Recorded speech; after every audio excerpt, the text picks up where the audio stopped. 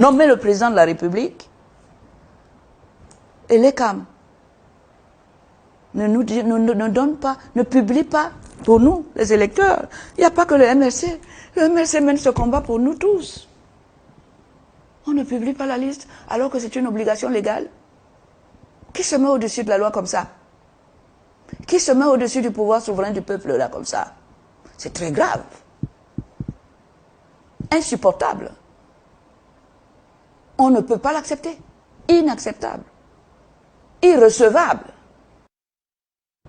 Et maintenant, il y a les juridictions qui sont saisies et qui se déclarent incompétentes. Mais parce que je vous ai dit qu'il n'y a pas de justice libre et impartiale. Vous vous attendez à quoi? Parce que ça, c'est un point important qui va mettre à jour la machine, la machine de fraude. Eh oui, on la veut cacher. Mais ça, là, avec ce que le MRC a fait là, il a touché là où ça fait mal. Est-ce qu'ils vont respecter la loi et le peuple dans l'exercice fondamental de son droit souverain?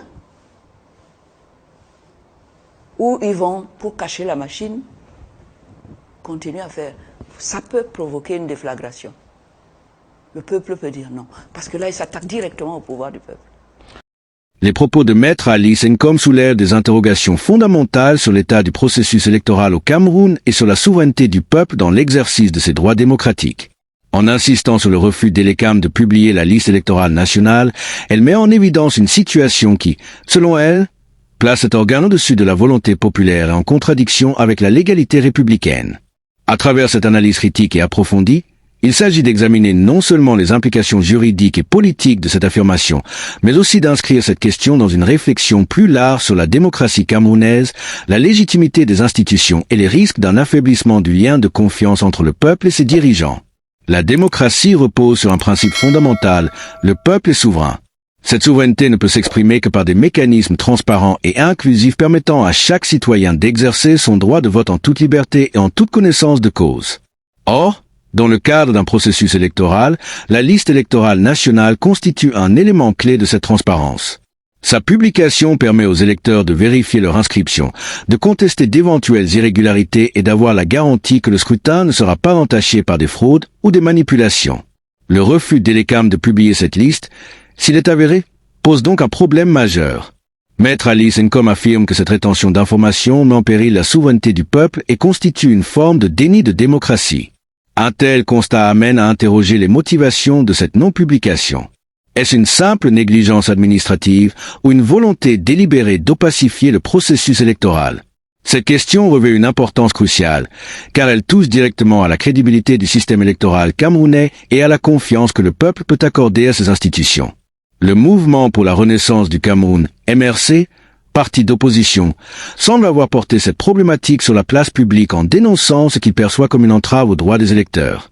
Maître Ali Sencom considère que cette action a mis en évidence une machine de fraude qui fonctionnerait dans l'ombre et qui aurait tout intérêt à empêcher toute transparence électorale.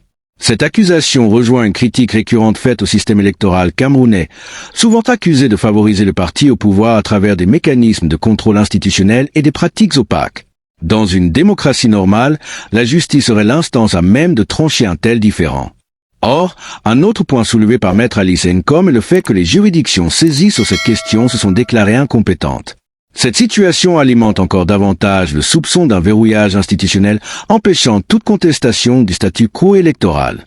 Si les tribunaux ne peuvent pas statuer sur une question aussi fondamentale que la transparence des listes électorales, à qui revient alors la responsabilité de garantir le respect des lois en matière d'élection? Ce blocage institutionnel est symptomatique d'un problème plus vaste qui concerne l'indépendance des organes de régulation électorale au Cameroun. Elecam, bien que présenté comme un organe indépendant, est souvent critiqué pour ses liens avec le pouvoir en place. Sa composition, avec des membres nommés par le président de la République, suscite des doutes quant à sa capacité à agir en toute impartialité. Si cet organe est censé garantir l'intégrité du processus électoral, son manque de transparence et son refus d'exécuter certaines obligations légales peuvent être interprétés comme une volonté d'orienter le processus électoral en faveur d'un camp politique précis. L'une des conséquences les plus graves d'une telle situation est le risque d'une crise de légitimité. Lorsqu'un peuple a le sentiment que ses droits fondamentaux sont bafoués et que les institutions censées garantir sa souveraineté fonctionnent de manière partisane, la confiance dans le système s'effondre. Or, L'histoire politique africaine a montré à de nombreuses reprises que le manque de transparence électorale est l'un des facteurs déclencheurs de crises politiques majeures, pouvant aller jusqu'à la contestation violente des résultats et à des tensions sociopolitiques profondes. Maître Alice Nkom met en garde contre un tel scénario en affirmant que cette situation pourrait provoquer une déflagration. Cette expression traduit une crainte réelle, celle d'une réaction populaire face à ce qui peut être perçu comme une confiscation du pouvoir. L'idée qu'un peuple puisse se soulever lorsqu'il se sent dépossédé de sa souveraineté est un phénomène historique bien documenté. De la révolution tunisienne de 2011 aux manifestations récentes dans d'autres pays africains, il est évident que lorsque le processus démocratique est perçu comme faussé, il en résulte un risque accru d'instabilité. Un aspect intéressant soulevé dans cette affaire est la manière dont les institutions réagissent face à une contestation de cette nature. Lorsqu'un parti d'opposition comme le MRC soulève un problème de cette envergure, on pourrait s'attendre à ce que les institutions compétentes réagissent en apportant des clarifications et en rectifiant d'éventuelles irrégularités. Pourtant, la tendance observée est plutôt celle d'un repli institutionnel, d'un refus d'engager le débat et d'un verrouillage judiciaire. Une telle attitude ne fait que renforcer les soupçons de fraude et donne du crédit à l'idée que l'appareil électoral fonctionne au service du pouvoir en place. Le Cameroun, comme de nombreux autres pays africains, est à un tournant décisif de son histoire démocratique. La question de la transparence électorale est un enjeu majeur qui conditionne l'avenir politique du pays. Si les autorités souhaitent renforcer la stabilité et éviter une crise de légitimité, elles doivent impérativement prendre en compte les critiques et mettre en place des mécanismes garantissant une élection véritablement transparente et inclusive. La publication des listes électorales n'est pas une option, mais une obligation légale et une exigence démocratique fondamentale. Refuser cette publication, c'est nier aux citoyens leur droit de contrôle sur le processus électoral et renforcer l'idée que les élections ne sont qu'une formalité destinée à légitimer un pouvoir en place plutôt qu'une véritable expression de la volonté populaire. Enfin, cette situation met en lumière un défi plus global, celui de l'indépendance des institutions démocratiques dans un contexte où le pouvoir exécutif tend à concentrer tous les leviers de contrôle.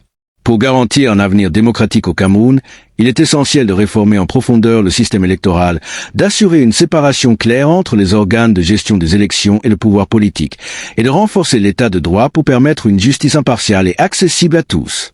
Les propos de Maître Alice Nkom ne doivent pas être perçus uniquement comme une critique isolée, mais comme un signal d'alarme sur les dysfonctionnements d'un système qui, s'il n'est pas réformé, pourrait être source de tensions majeures. Le véritable enjeu n'est pas seulement la publication d'une liste électorale, mais la reconnaissance effective du droit du peuple à choisir librement ses dirigeants, sans entrave ni manipulation.